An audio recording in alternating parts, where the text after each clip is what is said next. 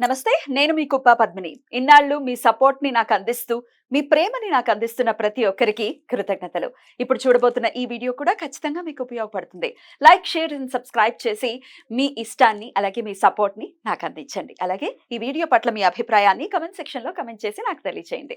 నమస్తే. నమస్తే. Welcome to our channel. నేను పద్మిని. ప్రస్తుతంతో పాటు ప్రముఖ ఆధ్యాత్మికవేత్త, ప్రముఖ న్యూమరాలజిస్ట్, లక్ష్మీ నరసింహస్వామి ఉపాసకురాలు శ్రీమతి స్రవంతి గారు మనతో పాటు ఉన్నారు. మాట్లాడతాం. నమస్తే అక్క. నమస్తే పద్మిని. అక్క, కామాక్షి విలాసం గురించి ఒక్కసారి ఏంటక్క ఈ కామాక్షి విలాసం ఒకసారి చెప్తారా? తప్పకుండా చెప్తాను. ప్రతినిత్యం మనం చదువుకోవాలా? అసలు మొత్తం చెప్పండి, నాకు అర్థం కాలేదు. పరమాచార్య గారి గురించి చాలా విపులంగా తెలిసిన వాళ్ళందరికీ కూడా కామాక్షి విలాసం అంటే ఏంటో తెలుస్తుంది. ఎందుకంటే పరమాచార్య గారి నిద్ర లేస్తూనే కూడా అమ్మవారిని ఎలా మనం పూజించాలి అనేది ఎప్పుడు కూడా ఆయనకి అమ్మవారి మీదే ఉంటుంది అన్నమాట. ఆహా. కామాక్షి అమ్మవారి మీద ఆయనే కామాక్షి కదా. ఆయన కామాక్షి. నిజం. అక్క, మీరు చెప్పడం కంటే ముందు ఆ మరి స్వామి కామాక్షి కాబట్టి మొన్న ఒక ఫోటో చూసాను అక్క. అసలు ఎంత అద్భుతమైన ఫోటో, దాన్ని స్క్రీన్ షాట్ చేశాను, ఇప్పుడు కనపడట్లేదు. కానీ చెప్పండి, మీరు అమ్మవారు వెనకాల నుంచొని ఉన్నారు, చక్కగా గ్రీన్ కలర్ లో అమ్మవారు.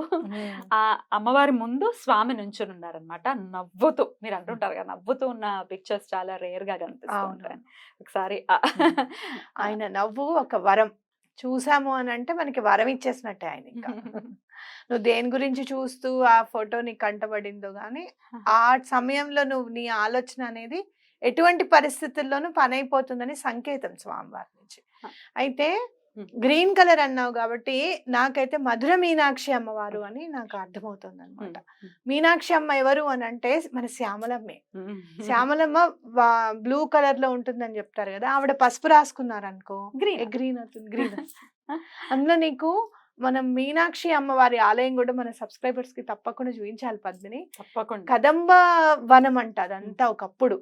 అన్ని కదంబ చెట్లేట, వృక్షాలేట మొత్తం అంతా. అవన్నిటి మధ్యలో అమ్మవారి గుడి కట్టారట. ఇప్పుడంటే బాగా టౌన్ అయిపోయింది కానీ అప్పుడు ఏంటంటే కదంబ వనవాసిని అంటే ఎవరు, మరి శ్యామలమ్మే కదా. అంటే ఆ శ్యామలమ్మే మన పరమాచార్య గారు అన్నమాట.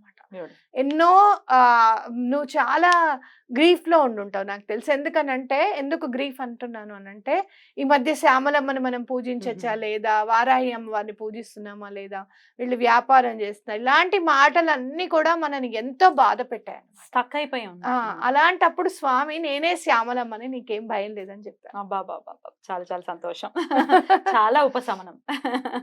అది అందుకని అమ్మవారి రూపంలో స్వామిని కనిపించారనమాట. బ్యూటిఫుల్. అది ప్రేక్షకులకు కూడా చూపించాలనుకున్నాను కానీ మిస్ అయింది.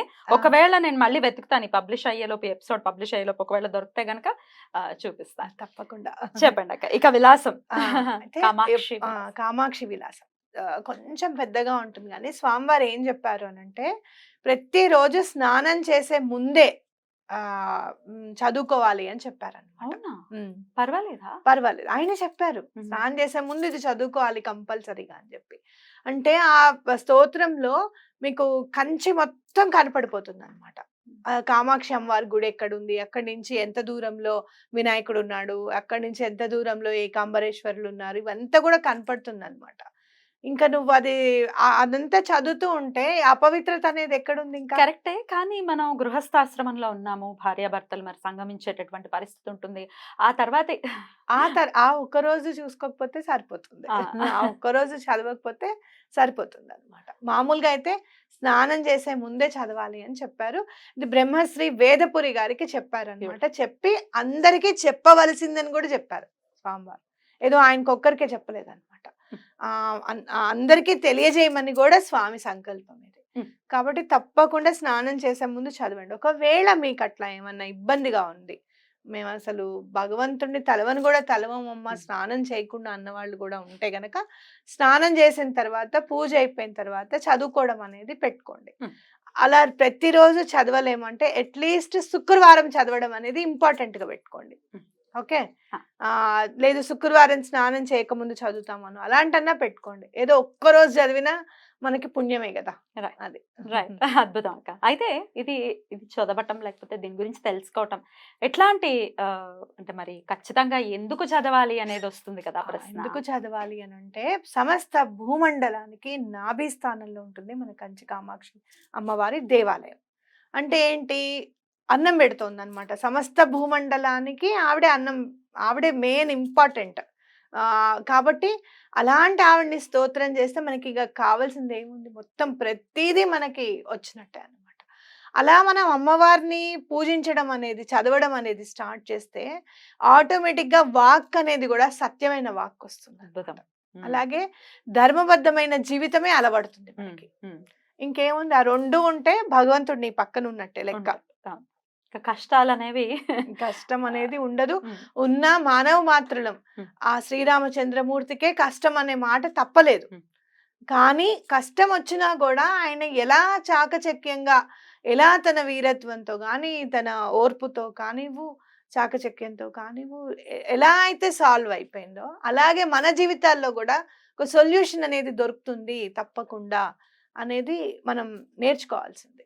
ఇదేదో అస్సలు కష్టమే రాదండి అనేది కాదు. అసలు కష్టం వచ్చినప్పుడు దాన్ని మనం ఎలా అధిగమించాలి, అలా గురువు అనుగ్రహం మనం ఎలా పొందాలి, ఇప్పుడు స్వామివారి అనుగ్రహం ఎలా పొందాలి, ఇలా చదువుతున్నాం అనుకో, కామాక్షి అమ్మవారి స్తోత్రం చేస్తే పరమాచారి గారు అక్కడే ఉంటారు ఇంకా, అవునా కదా? కాబట్టి ఆయన అనుగ్రహం కూడా మనకి లభిస్తుంది అనమాట. కామాక్షి దీపం గురించి కూడా ఇదే సందర్భంలో ఒకసారి చెప్పండి అక్క. శుక్రవారం పెట్టమని అన్నారు. మంగళవారం శుక్రవారం పెట్టుకోవాలి. అసలు నిజంగా మీకు ఆవు నెయ్యికి ఇబ్బంది లేదు, మేము పెట్టుకోగలుగుతాం అంత స్తోమత అంటే ప్రతిరోజు పెట్టండి. నేను అనుకున్నాను అనమాట, కామాక్షి దీపం తెచ్చుకున్నప్పుడు మంగళవారం శుక్రవారమే ఎందుకు పెట్టాలి అమ్మవారికి, ఎందుకు ప్రతిరోజు పెట్టకూడదు? ఆవిడ మంగళవారం శుక్రవారమే నేను పెంచి పోషిస్తానని అనట్లేదు కదా, ప్రతి వారం పోషిస్తున్నారు కదా ఆవిడ. అలాంటప్పుడు తప్పకుండా ఆవిడ కోసం మనం దీపం పెట్టాలి అని చెప్పి పెడతాను. అలా కామాక్షి దీపంలో నాకు అమ్మవారు అయ్యవారు ఇద్దరు కనపడతారు అనమాట.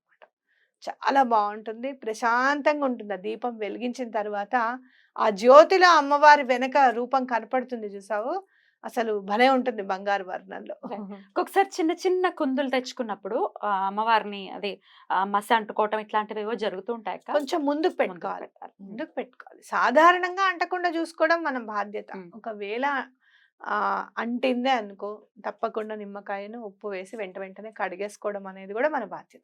అంటే అక్కడ అవుట్ ఆఫ్ లవ్ అని అనుకోవచ్చు, అరే అమ్మవారికి వేడి తగులుతోంది అన్న ఫీలింగ్. అందుకే ముందుకు పెడతాను, నేను చూసుకుంటా. దీపం పెట్టిన తర్వాత పూజ చేసుకొని బయటకు వచ్చిన తర్వాత కూడా ఇంకా వెలుగుతూ ఉంటుంది, పెద్ద దీపం కదా, ఏమన్నా అమ్మవారికి సెగ తగులుతుందా లేదు అంటే గనక ఏదైనా నల్లగా అవుతుందా అనేది నేను చూసుకుంటాను, ముందుకు జరుపుతాను. బ్యూటిఫుల్ అక్క. నేను ఈ ఇన్స్టాగ్రామ్ లో ఒకసారి చూసాను, మెగాస్టార్ చిరంజీవి గారి శ్రీమతి సురేఖ గారు ఇంత పెద్ద పెద్ద కామాక్షి దీపాలు పెట్టారు. 2 దీపాలు చాలా బాగుంటుంది వాళ్ళ దేవుడి గది, అందులో వెండివి చాలా ఎంత ముద్దుగా పెట్టుకున్నారు. రైట్. సో పెట్టుకోవచ్చు. కామాక్షి దీపాలు పెట్టుకోవద్దు అని చెప్పి ప్రచారం. కామాక్షి దీపం పెట్టుకోవద్దు అని అంటే మీరు తమిళనాడులో ఉంటారమ్మా, ఇక్కడికి రావద్దు అనడమే అమ్మ, తప్పు చాలా. మీరు తమిళ దేవత. అట్లాగే ఎందుకు తప్పేముంది. ఇప్పుడు ఒకటి పద్మిని, మన పూజ రూమ్ లో ఇప్పుడు నాకు ఈయనకు బోనస్ వస్తుంది.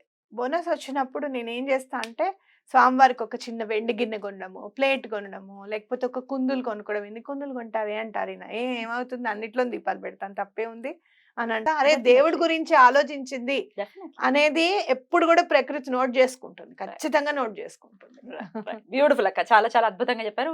కామాక్షి విలాసానికి సంబంధించిన ఆ స్తోత్రం ఏదైతే ఉందో అది డిస్క్రిప్షన్ లో ఉంటుంది, ఖచ్చితంగా చూసుకుని నేర్చుకుని ఖచ్చితంగా చదువుకునేటటువంటి ప్రయత్నం చేయండి. చాలా చాలా కృతజ్ఞతలు అక్క. Thank you so very much. నమస్తే.